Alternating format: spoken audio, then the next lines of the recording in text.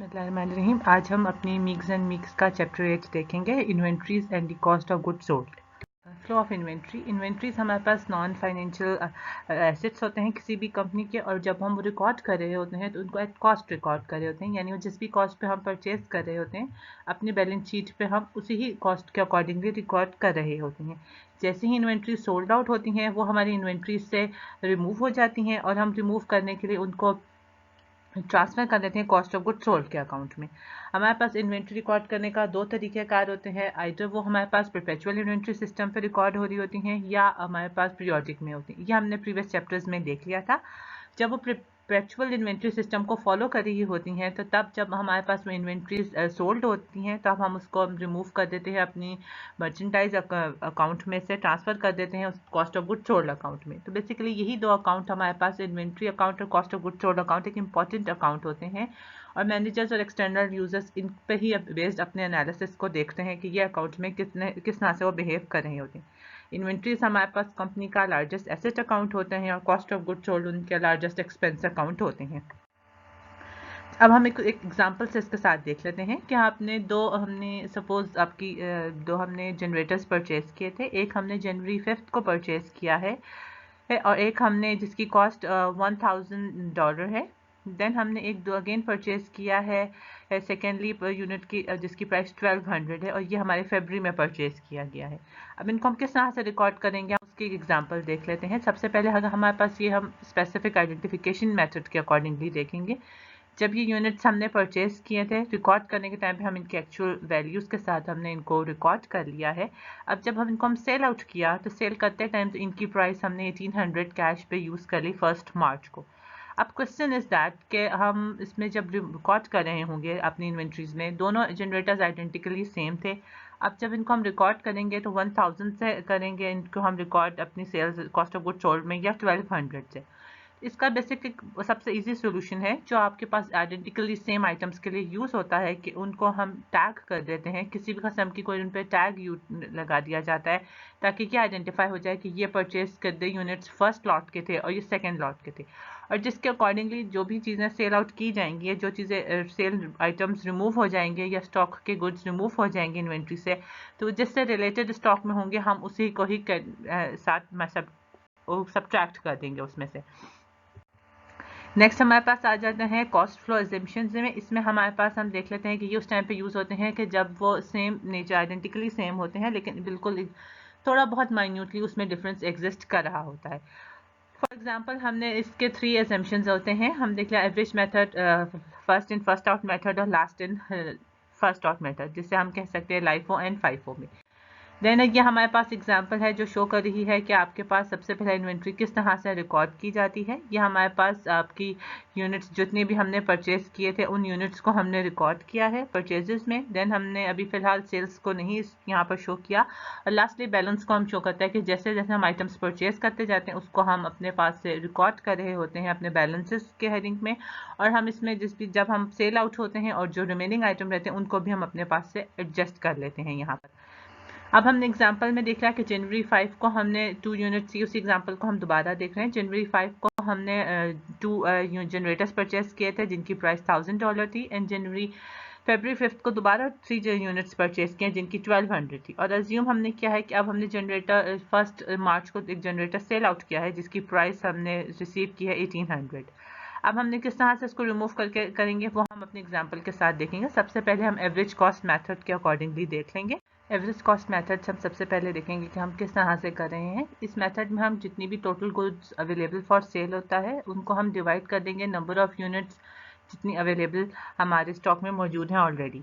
यहाँ पे हमने देख लिया इसको, इस मेथड्स को ऑल्सो मूविंग एवरेज भी हम कह रहे हैं, क्योंकि इसमें जब हम नेक्स्ट के लिए नेक्स्ट वाली इन्वेंट्री की तरफ मूव ऑन करते हैं तो हम उसमें से प्रीवियसली बैलेंस में से हम चीज़ को साथ ऐड करके नेक्स्ट की वैल्यू की हम कैलकुलेट कर रहे होते हैं। इसी एग्जांपल से देख लिया, जब हमने चीज़ें परचेज कर ली हैं तो फाइनली हमारे पास टोटल गुड्स का जो स्टॉक आ जाएगा वो हमारे पास गुड्स की वैल्यू होगी टोटल 5600, जो हमारे पास 2 यूनिट्स 1000 के, यानी 2000 प्लस 3 यूनिट्स हमारे पास 1200 रेट के हिसाब से, तो हमारे पास इसके आंसर आ जाएगा 5600। और इसमें टोटल हमारे पास यूनिट्स आ जाए 5 यूनिट्स हम एग्जिस्ट कर रहे हैं हमारे रिकॉर्ड में। तो जब हम इनको डिवाइड करेंगे 5600 डिवाइडेड बाय 5 तो हमारे पास 1120 आंसर आ जाता है। अब जब हम इनकी वैल्यू से हम रिकॉर्ड कर रहे होंगे, यानी हमने सब्ट्रैक्ट करना है इसमें से, या हम अब कह लेंगे कि हमारे पास सेल आउट हुई हैं, जिससे हम अब माइनस करेंगे सेल यूनिट को, तो हम उसकी पहले एंट्री किसने, वो हम 1800 पे हमने सेल आउट कर लिया, लेकिन जब हमने इन्वेंट्री के रिकॉर्ड में हम मेंशन करेंगे तो हम इसकी यही वैल्यू के साथ करेंगे, यानी 1120 को हम अपने goods cost of goods sold के लिए लिख रहे होंगे। ये देख सकते हैं जनरल में हमने एंट्री रिकॉर्ड किया कि कैश तो हमें 1800 रिसीव हुआ है, सेल्स के लिए 1800 है, और जब हम कॉस्ट ऑफ गुड्स सोल्ड में किया तो हमने 1120 को अकॉर्डिंगली हम इसमें से कर रहे हैं। जो इसी की एंट्री अब जब हम रिकॉर्ड करेंगे तो cost of goods sold credit side पे होगा और इन्वेंट्री हमारे पास डेबिट साइड पे आ जाएगी। देन अब हम इसे जब रिकॉर्ड करेंगे अपनी टेबल वाइज फॉर्म में, तब हमसे देख सकते हैं कि हमने कहा कि इनिशियली ये हमारे पास शो करता है जितनी हमारे पास परचेजेज हुई हैं, देन ये हमारे पास सेल्स को शो कर रहा है कि हमने 1 यूनिट सेल आउट किया है 1120 की प्राइस पे, और अब फाइनल बैलेंस हमारे पास आ गया है 5 में से 1 यूनिट चला गया, 4 हमारे पास है, जिसे हमने कहा कि 4 यूनिट्स 1120 के अकॉर्डिंगली मौजूद है हमारे पास। यहाँ से आपको नेक्स्ट ये आप देख सकते हैं कि हम किस तरह से इनकी ईच की वैल्यू हमने कैलकुलेट की है। नेक्स्ट हमारे पास आ जाता है first in first out method, जिसे हमने देख लिया कि हमारे पास क्वेश्चन वही है जिसे हमने देखा हमारे पास इनिशियली परचेजिंग के यूनिट्स हैं, और जब हमने सेल आउट किए हैं तो हमने सबसे पहले वाले में से लिया है कि जब जिस मंथ में हमारे पास आ रहा था उससे हमने लेकर सेलेक्ट करेंगे, और कॉस्ट ऑफ गुड जब जर्नल की एंट्री रिकॉर्ड करेंगे तो हम इसे अपने कॉस्ट ऑफ गुड सोल्ड के लिए प्रीवियसली आपने देखा था कि हमने 1120 लिया था, यहाँ हम 1000 लेंगे जो हमारी सबसे पहले की इन्वेंट्री है। लेटर ऑन हमारे पास अब बैलेंस जब हम रिकॉर्ड करेंगे तो वो बैलेंस हमारे पास बिल्कुल उसी तरह से आ जाएगा। नेक्स्ट तो यहाँ हम ज़्यादा क्लियरली देख सकते हैं कि जब हमने ये प्राइस लेके सॉल्व करना है तो हम इसके लिए अपनी 1 मार्च में जो वैल्यू लेंगे वो हमारे पास आ जाएगी 1000 की। देन हमारे पास ये बैलेंस में रिमेनिंग 1 आइटम जो हमारे पास है वो भी 1000 के अकॉर्डिंगली आ जाएगा। यानी हमने कहा कि जो हमारे सेल्स के यूनिट्स थे, 1 यूनिट हमने जो सोल्ड आउट किया है वो जनवरी के यूनिट्स में से किया है जिनकी प्राइस 1000 थी, और अब हम बैलेंस के लिए देख रहे हैं तो बैलेंस के लिए भी हमारे पास 1000 जनवरी की यूनिट्स में से रिमेनिंग है वो ले लिया, और हमारे पास 3 यूनिट्स एज इट इज़ फरवरी के एग्जिस्ट कर रहे हैं तो वो हमने यहाँ अपने रिकॉर्डिंग में रख। अब हम देख लेते हैं कि फॉर एग्जांपल अगर ये 1 यूनिट्स की जगह 4 यूनिट्स की सेल्स हमारे पास की जा रही हो, यानी टोटल एज्यूम करें कि हमारे पास 4 यूनिट्स सोल्ड आउट हो रहे थे, उस केस में हम देख लेंगे कि 2 यूनिट्स हमने जनवरी वाले में से सेलेक्ट कर लिए और 2 यूनिट्स हम फेब्रुअरी से लेंगे, तो टोटल हमारे पास इस वक्त रिमेनिंग 4 यूनिट सोल्ड आउट हो जाएंगे और रिमेनिंग 1 यूनिट्स हमारे पास फेब्रुअरी के एग्जिस्ट कर रहा है। प्राइसेस हमने इसी एग्जांपल में से लिए, लेकिन यहाँ ये आपको शो कर रहा है कि आप किस तरह से आपका cost of good sold calculate हो जाएगा। यानी 2 यूनिट्स जनवरी 5 को, तो 2000 हमारे पास जनवरी की वैल्यू आ जाएगी और हमारे पास 2400 हमारे पास फेब की वैल्यू होगी, तो टोटल जो 4 यूनिट सोल्ड आउट हैं तो उनकी प्राइस हमारे पास 4400 आ जाएगी। नेक्स्ट अब हम लाइफो के हिसाब से देख लेते हैं कि हम लाइफो में किस तरह से करेंगे। Last in first out method में हम बिल्कुल उसी के ऑपोजिट, अभी जो एग्जांपल हमने फाइफो की देखी थी उसी के ऑपोजिट लेंगे हम वैल्यूज, यानी जो हमारे फरवरी की प्राइस होगी हम उसमें से लेकर सेलेक्ट करेंगे, और इसमें कॉस्ट ऑफ गुड्स सोल्ड हमारे पास 1200 होगा क्योंकि फरवरी की वैल्यू 1200 थी, और हमने इसको जब हमने इसी एग्जांपल से देख लेते हैं कि हमने कहा कि हमारे पास जब हमने फर्स्ट यूनिट परचेजेस कर ली, दैन जब हम सोल्ड्स में आएंगे तो हमारे पास सेलिंग में 1200 1 यूनिट सोल्ड आउट जो हुआ वो हम फरवरी में से लेंगे, रिमेनिंग हमारे पास बैलेंस एज इट इज़ फरवरी का एग्जिस्ट कर लेगा और हमारे पास जनवरी का फुल फ्लेज बैलेंस हमारे पास आ जाएगा। यहाँ पे हम इसी एग्जांपल देख लेते हैं। अगर तो इसी के तरह जैसे प्रीवियसली हमने 4 यूनिट्स का देखा कि यहाँ पर अगर 4 यूनिट्स होंगे तो 3 यूनिट्स एज इट इज़ हमारे पास कंप्लीटली फरवरी के आ जाएंगे, ये 3 यूनिट्स हम फेब के ले लेंगे, और जो 1 यूनिट हमारे पास एग्जिस्ट कर रहा होगा वो 1 यूनिट जनवरी से एग्जिस्ट कर रहा होगा, यानी टोटल अब हमारे पास 3600 प्लस 1000 4600 हमारे पास कॉस्ट ऑफ गुड सोल्ड आ जाएगी और 4 यूनिट्स के लिए। देन हमारे पास इस एक मेथड जो बेसिकली इस पूरा प्रोसेस हमारे पास बेस्ड होता है वो अकाउंटिंग प्रिंसिपल्स ऑफ कंसिस्टेंसी पे बेस्ड रहता है। यानी अकाउंटिंग प्रिंसिपल कंसिस्टेंसी हमें इस बात को कहती है कि कभी भी अगर जो भी प्रोसेस आप सेलेक्ट करें अपनी कंपनी के लिए, आप उसको अडॉप्ट जब कर रहे हो तो आप थ्रू आउट भी अपनी सारी इवेल्युएशन जितनी भी आप कर रहे हैं स्टॉक की फाइनेंशियल स्टेटमेंट्स बनाएंगे, आप उसी मेथड्स को रख कर ही कर रहे होंगे, आप ईयर टू ईयर इसको चेंज नहीं कर सकते। इन केस अगर आप ये आपको कंसिस्टेंसी इस बात पे प्रोहिबिट नहीं करती कि आप कभी भी चेंज नहीं कर सकते, लेकिन इन केस अगर आप चेंज कर रहे हैं तो ये बात रीज़न आपको एक्सप्लेन करनी पड़ेगी अपने अकाउंटिंग नोट्स में, या डिस्क्लोज करना पड़ेगा क्लियरली कि किस रीज़न की वजह से आपने अपना ये यूनिट ऑफ मेजरमेंट या यूनिट ऑफ इवेल्युएशन को चेंज किया है। फिर हमारे पास एक और एक मेथड आ जाता है जस्ट इन टाइम। ये रिसेंट ईयर में एक बहुत ही पॉपुलर मेथड है। जस्ट इन टाइम का मतलब जिस तरह के नाम से शो हो रहा है कि जैसे ही टाइम मीन्स कि हम जो ही चीज़ें परचेज करेंगे उसी टाइम पे हम उसको सेल आउट के लिए फ्यू आवर्स में स्केड्यूल में यूज़ हो जाएंगी। यानी हमने कहा कि जैसे ही हमने कोई चीज़ें स्टॉक की मैन्युफैक्चरिंग के लिए चीज़ें परचेज की हैं वो फौरी तौर पे with in few hours sell out के लिए चली जा रही हैं हमारे पास। सेकेंडली हम कह सकते हैं कि आपके मैन्युफैक्चरिंग गुड का प्रोसेस में जैसे ही हमने मैन्युफैक्चरिंग गुड्स कंप्लीट की गई हैं वो फौरी तौर पे फिनिश गुड्स के तौर पे कस्टमर के लिए पास चली जाती हैं। तो ये जस्ट इन टाइम है, यानी जैसे ही वो चीज़ मैन्युफैक्चर की और फौरी ही वो सेल आउट में चला जाती है। नेक्स्ट हमारे पास आ जाती है taking physical inventory. Taking physical inventory यानी हम फिजिकली अकाउंट्स को चेक कर रहे हैं। जैसे हमने प्रीवियस चैप्टर्स में पढ़ा था कि जब हम अपनी परपेचुअल सिस्टम फॉलो कर रहे हैं तब उस केस में हम अपनी एक ईयर के एंड पे 6 मंथ्स के एंड पे या एक फिक्स टाइम पीरियड के बाद, यूजुअली ये एक फिक्स फाइनेंशियल ईयर का एंड होता है, उसमें हम फिजिकल अकाउंट किया जाता है इन्वेंट्रीज को और हम इन्वेंट्री श्रिंकेज या किसी किस्म के लॉस के लिए देख रहे होते हैं कि कितना हमें यहाँ पर लॉस किया गया है। फॉर एग्जाम्पल बास कंपनीज का जनवरी में एंड हो रहा होता है, 31 जनवरी को फाइनेंशियल ईयर एंड हो रहा होता है, बास दिसंबर में कर रहे होते हैं। It's up to the company कि वो किस टाइम पे रिकॉर्ड कर रहे हैं फिजिकल इन्वेंट्री का चेक कर रहे हैं। इन्वेंट्री श्रिंकेज के लिए हम चेक कर रहे हैं। हमने सबसे पहले देख लिया कि जब हमने फिजिकल काउंट किया है तो हमें यह पता चला हमारे रिकॉर्ड के मुताबिक हमारे पास जितना स्टॉक मौजूद था वो 158 यूनिट्स मौजूद हैं, जिनकी डिस्क्रिप्शन इस तरह से हम देख सकते हैं कि टोटल 8 यूनिट्स हमने नवंबर 2 में परचेज किए थे जिनकी $100 प्राइस है, एंड 150 यूनिट्स हमने 10 दिसंबर को परचेज किए हैं जिनकी ईच यूनिट की प्राइस 115 है। तो टोटल हमारे पास 158 यूनिट्स हैं और जिनकी प्राइस बनती है 18050। जब हमने फिजिकल काउंट किया है तब हमें ये बात का पता चला है कि हमारे पास इन्वेंट्री के 10 यूनिट्स का लॉस है, यानी टोटल हमारे पास फिजिकली 148 यूनिट्स मौजूद हैं। तो अब हम इसको भी अपने लाइफ और फाइफो की तरह रिकॉर्ड कर रहे होंगे। इन केस अगर हम इसमें हमारे ये 10 यूनिट्स हम फाइफो के बेसिस पे करें तो हम देख सकते हैं कि हमारे पास फर्स्ट में टोटल जो 10 यूनिट्स थे हमने उसको नवंबर में परचेज किए गए 8 यूनिट्स में से वो फुली 8 यूनिट्स ले लिए और फिर नेक्स्ट में हमारे पास 2 यूनिट्स बच रहे हैं तो वो हमने नेक्स्ट अपनी दिसंबर की परचेजेस में से सेलेक्ट किए। तो टोटल हमारे पास इन्वेंट्री श्रिंकेज का लॉस की अमाउंट जो आ जाएगी वो हमारे पास 1030 हमारे पास लॉस की अमाउंट आ जाएगी। अगर इसी को हम अपने दूसरे मेथड से देख रहे हैं, यानी जो लाइफो का मेथड है हम उसके अकॉर्डिंगली देख रहे हैं, तो लाइफो के मेथड में हम दिसंबर में परचेज किए गए यूनिट्स में से सारे के सारे यूनिट्स पूरे हो जाएंगे एज के वो हमारे पास टोटल ज़्यादा यूनिट्स हैं, 150 यूनिट्स हैं, तो हम वहाँ से इसको कंप्लीट कर लेंगे। हमने 10 के 10 यूनिट्स वहाँ 150 में से माइनस कर लिए हैं तो टोटल जिनकी प्राइस 115 है। तो जब हमने इसे फाइनली देख लिया तो हमारे पास अब इस यहाँ पर लॉस 1150 हमारे पास लॉस आ रहा है। नेक्स्ट हमारे पास चीज़ आ जाती है LCM and other right downs of inventory. Inventory shrinkage के अलावा भी बहुत सारी रीजंस होती हैं जिसकी वजह से मर्चेंडाइजिंग की या इन्वेंट्री की वैल्यू हमारे पास डिक्रीज हो जाती है। यानी कि आप कह सकते हैं कि अगर इन्वेंट्री ऑब्सलीट हो जाए या अनयूजेबल हो जाए तो हम उसकी वैल्यू को ज़ीरो राइट डाउन कर लेते हैं या स्क्रैप वैल्यू लिख देते हैं। अब इन्वेंट्री आप राइट डाउन का मतलब ज़ीरो या रिड्यूस हो जाने का मतलब होता है कि आपके पास दोनों केसेस में इन्वेंट्री के केस लिए में भी इन्वेंट्री बैलेंस शीट में और आपके पास नेट इनकम तो करंट पीरियड दोनों में से ही रिड्यूस हो जाती है इनकम के लिए, और वो हम इसको बिल्कुल उसी तरह से हैंडल करते हैं जिस तरह से हम इन्वेंट्री श्रिंकेज को हमने रिकॉर्ड किया, हम इसके लिए भी बिल्कुल इसी तरह से हम रिकॉर्ड कर रहे होंगे।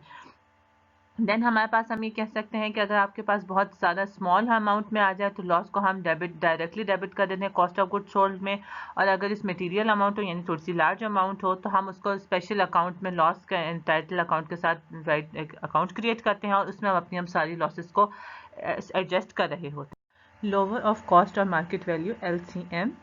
कोई भी इकोनॉमिक रिसोर्सेज आप उससे अपनी इकोनॉमिक वैल्यू के उससे मोर देन ज़्यादा रिकॉर्ड में नहीं किया जा रहा होता अपने ओपन मार्केट में। जैसे हमारे पास दो प्राइसेस होती हैं, एक वो जो उसकी एक्चुअल कॉस्ट होती है और एक वो जो उसकी करंट मार्केट वैल्यू होती है। जैसे ही कोई ना कोई एसेट हमारे पास रिप्लेस किया जाता है आइदर वो अपनी हिस्टोरिकल कॉस्ट पे रिप्लेस होता है या करंट मार्केट वैल्यू पे होता है।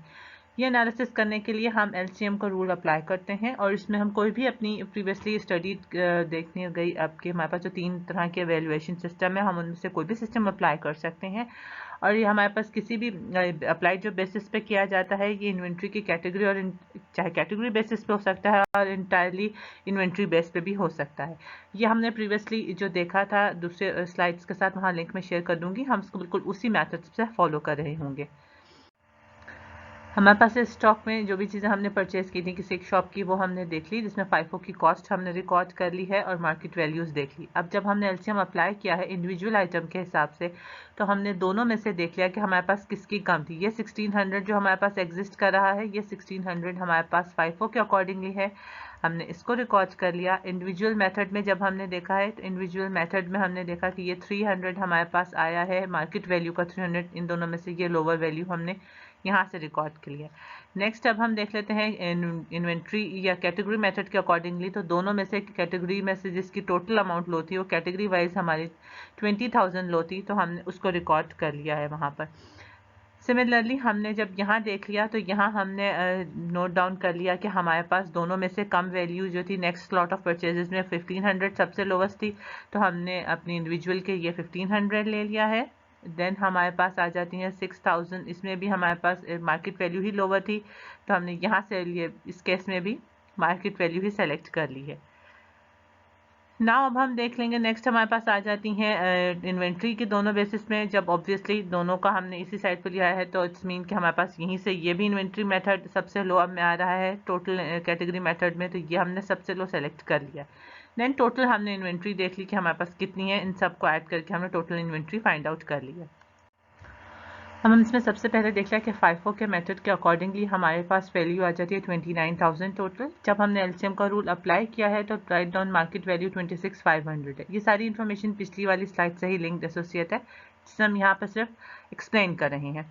अब हम यहाँ पर जब हमने प्रॉपर्ली कंप्लीट हो गया है, तो हम क्रेडिटिंग कर देंगे हमारे पास इन्वेंट्री मर्चेंडाइज इन्वेंट्री अकाउंट को 22,500 है, जिसमें से हमने सब्ट्रैक्ट कर लिया FIFO की वैल्यू में से अपनी LCM की कॉस्ट के साथ, और हम डेबिट कर देंगे अपनी कॉस्ट ऑफ गुड सोल्ड को, जो डिफरेंस की हमारे पास अमाउंट है, या तो हम और या हम इसमें कहेंगे कि लॉस है, या राइट डाउन के हम अकाउंट के साथ हम इसको सेटल डाउन कर लेंगे। इसी तरह से अगर हम अपने ये वाला केस हमारे इंडिविजुअल आइटम का था, अगर हम कैटेगरी आइटम का यूज़ करेंगे, तो इसी तरह से हम कैटेगरी की वैल्यूज़ के साथ लेकर इसको हम सेटल डाउन करके नोट डाउन कर लेंगे। नेक्स्ट हमारे पास आ जाता है पीरियोडिक इन्वेंट्री सिस्टम। मीन्स हम एक फिक्स टाइम पीरियड के बाद इन्वेंट्रीज का रिकॉर्ड किया जाता है। ये हम डिटेल में प्रीवियसली चैप्टर्स में पढ़ चुके हैं। यहाँ पे हम देख सकते हैं कि हम इसको cost of good sold calculate करने के लिए हम उसको एक दफ़ा क्विकली रिवाइंड कर लेते हैं। यानी अगर आपके पास स्टार्टिंग इन्वेंट्री 10,000 थी, देन हमने उसमें परचेजेस थ्रू आउट 80,000 के परचेजेस किए हैं, तो total cost of good sold available for cell मेरे पास 90,000 आ जाती है। देन आपके पास जब मैंने इसमें अपनी क्लोजिंग एंडिंग इन्वेंट्री या एंड ऑफ ईयर इन्वेंट्री को जब काउंट किया है, तो वो मेरे पास है 7,000। तो माइनस जब मैंने सब्ट्रैक्ट कर लिया या सेटल डाउन करने में, total cost of good sold मेरे पास 83,000 total cost of good sold exist कर रही है। ना हम अप्लाई करेंगे पीरियोडिक सिस्टम में फ्लो ऑफ अजम्पशंस, यानी LIFO, FIFO और एवरेज कॉस्ट मेथड्स को हम पीरियोडिक सिस्टम में अप्लाई करेंगे। ये हमारे पास एक एग्जांपल का क्वेश्चन गिवन है, जहां पर हम देख सकते हैं कि हमें डिफरेंट तरह के बिगनिंग इन्वेंट्री गिवन है, परचेजेस मार्च, जुलाई, अक्टूबर और दिसंबर में डिफरेंट टाइम पीरियड में डिफरेंट यूनिट्स परचेज किए गए थे, उनकी डिटेल मेंशन है, उनके साथ के यूनिट्स गिवन है, पर यूनिट कॉस्ट, उनकी टोटल कॉस्ट मौजूद है। इन टोटल हमारे पास यूनिट्स अवेलेबल फॉर सेल वो 30 हैं, और जिसमें से एंडिंग इन्वेंट्री हमारे पास 12 है, यानी टोटल 18 यूनिट्स हमारे पास से सोल्ड आउट किए जा चुके हैं इस गिवन एग्जांपल में।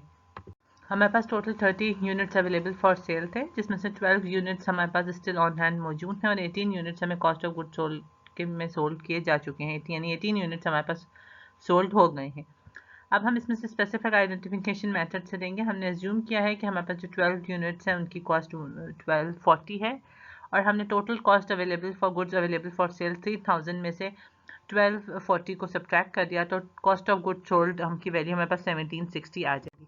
नेक्स्ट हम एवरेज कॉस्ट मेथड से देख लेंगे। एवरेज कॉस्ट मेथड में हमने देख लिया कि टोटल 3000 हमारे पास वैल्यू है, जिसे हमने डिवाइडेड बाय टोटल 30 यूनिट्स किया है। हमें यहाँ से इसकी प्राइस पता चल गई कि ईच यूनिट्स को हमने एवरेज कॉस्ट मेथड से 100 की अकॉर्डिंगली हमने सेलेक्ट कर लिया है। अब एवरेज कॉस्ट मेथड में जब हम कर रहे होंगे, तो हमने कहा कि इनकी हमारे पास एंडिंग इन्वेंट्री की प्राइस आ जाएगी 1200, यानी 12 ईच यूनिट्स को मल्टीप्लाई किया है हमने 100 पर यूनिट से। ये हमारे पास टोटल एग्जिस्टिंग यूनिट्स की 1200 है, और जब हमने इसी के हिसाब अकॉर्डिंग कहा कि कॉस्ट ऑफ गुड सोल्ड करने से वो 1800 आ रही है। 1800 किस तरह से आएगी, तो cost of good sold available for cell यानी 3000 माइनस 1200 हमारे पास एंडिंग इन्वेंट्री आ जाएगी।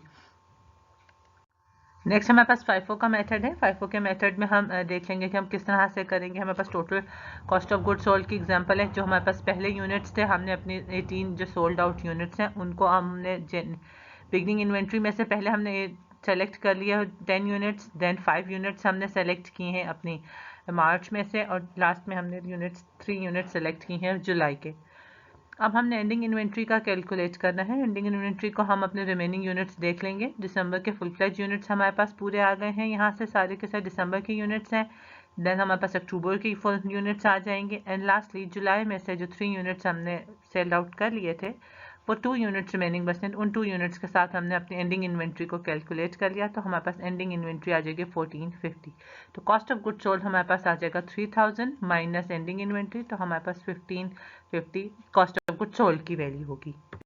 नेक्स्ट लाइफो में भी हम इसी तरह से करेंगे कि सबसे पहले हमने अपने लास्टली परचेज में से अपने यूनिट्स हमने सेलेक्ट कर लिए। उनकी डिस्क्रिप्शन ये है कि हमने सबसे पहले 5 यूनिट्स दिसंबर के लिए, देन हमने लिए अपनी अक्टूबर के मंथ से, देन फिर हमने लिए जुलाई में से, और लास्ट फिर हम अपने रिमेनिंग यूनिट्स 3 मार्च के मंथ में से ले लिए।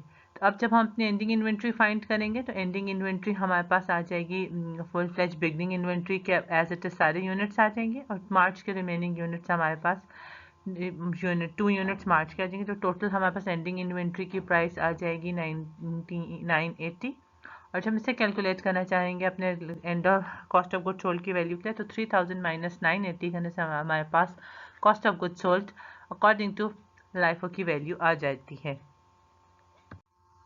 एक बात है जो हमने यहाँ पर नोटिस की वो आप देख सकते हैं कि हमेशा लाइफो के accordingly cost of good sold हमेशा ज़्यादा आ रहा होता है एज़ कम्पेयर टू फाइफो। हमने यहाँ पे भी पीछे एग्जांपल में आप देख सकते हैं। तो इसीलिए लाइफो है वो अटेंड करता है minimise report net income taxes को मिनिमाइज शो करता है। इसीलिए ये during the period of rising prices में ये सिस्टम ज़्यादा यूज़ किया जाता है, क्योंकि ये हम आपको एक कम मिनिमाइज्ड रिपोर्ट्स जनरेट करके दे रहा होता है। तो बोथ परपेचुअल और पीरियोडिक में ये सिस्टम ज़्यादा यूज़ किया जा सकता है as compare to FIFO in case of जब राइजिंग प्राइसेस होती हैं हमारे पास।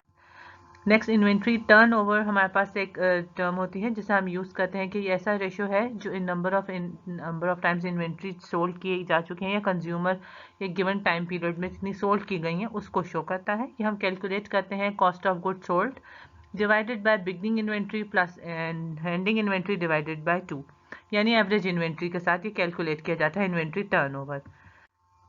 नेक्स्ट अब हम एक एग्जांपल देख लेते हैं हमारे पास करंटली, ताकि हम उसे ज़्यादा बेहतर तरीके से देख सकते हैं अपनी सारी अभी तक जितना भी हमने किया है। हमारे पास एक एग्जांपल के अकॉर्डिंगली हम अब देख लेते हैं। हमारे पास अक्टूबर एंड नवंबर में चीज़ें परचेज़ की गई थी, एंड देन दिसंबर में चीज़ें परचेज़ की गई थी, और 21 नवंबर को चीज़ें सोल्ड आउट हुई हैं, और स्टिल रिमेनिंग स्टॉक हमारे पास 5 कार्ट्रिजेस का मौजूद हमारे पास एग्जिस्ट करता है। यहाँ पे हम देख सकते हैं कि हमने ये जो हमारे सेल्स की गई हैं वो इस पॉइंट पे हमारे पास सेल्स की गई हैं, यानी 17 नवंबर और दिसंबर के दरमियान में की गई। तो हमारे पास ट्रांजेक्शन का रिकॉर्ड हम ब्रेक इस पॉइंट पे करेंगे जहाँ से ब्लू अंडरलाइन किया गया है। उसमें हमने फाइंड आउट करना है cost of good sold and ending inventory. अपने हमारे सारे तीनों मेथड्स हैं, average cost, first in first out और लास्ट इन फर्स्ट आउट के अकॉर्डिंगली। यहाँ पे आप टोटल कॉस्ट और जितनी मौजूद है और नंबर ऑफ यूनिट्स हम नेक्स्ट आगे जाके उनके साथ हम देख लेते हैं किस तरह से हम करेंगे। एवरेज कॉस्ट मेथड में 21 को क्या था, उस वक्त तक टोटल हमारे पास 5 यूनिट्स मौजूद थे। तो अब जब हम प्राइस कैलकुलेट करेंगे तो फर्स्ट और 2 की हम लेंगे, यानी हमारे पास जो नवंबर और उससे प्रीवियस मंथ में चीज़ें परचेज की गई थी पहले वाली ट्रांजेक्शन हम वहाँ उन 2 के साथ लेके करेंगे। 6000 प्लस 9600 डिवाइडेड बाय 5 करेंगे तो टोटल नंबर ऑफ यूनिट्स हमारे पास 5 थे, उनसे डिवाइड करने के बाद हमारा आंसर आ जाता है 3120। Cost of good sold calculate करने के लिए हमारे पास जब हमने टोटल नंबर ऑफ यूनिट्स हमें पता चल गया कि हमें किस यूनिट्स के साथ हमने रखना है, तो 4 यूनिट्स सोल्ड आउट किए थे, इनको हमने मल्टीप्लाई किया नंबर ऑफ यूनिट्स के साथ।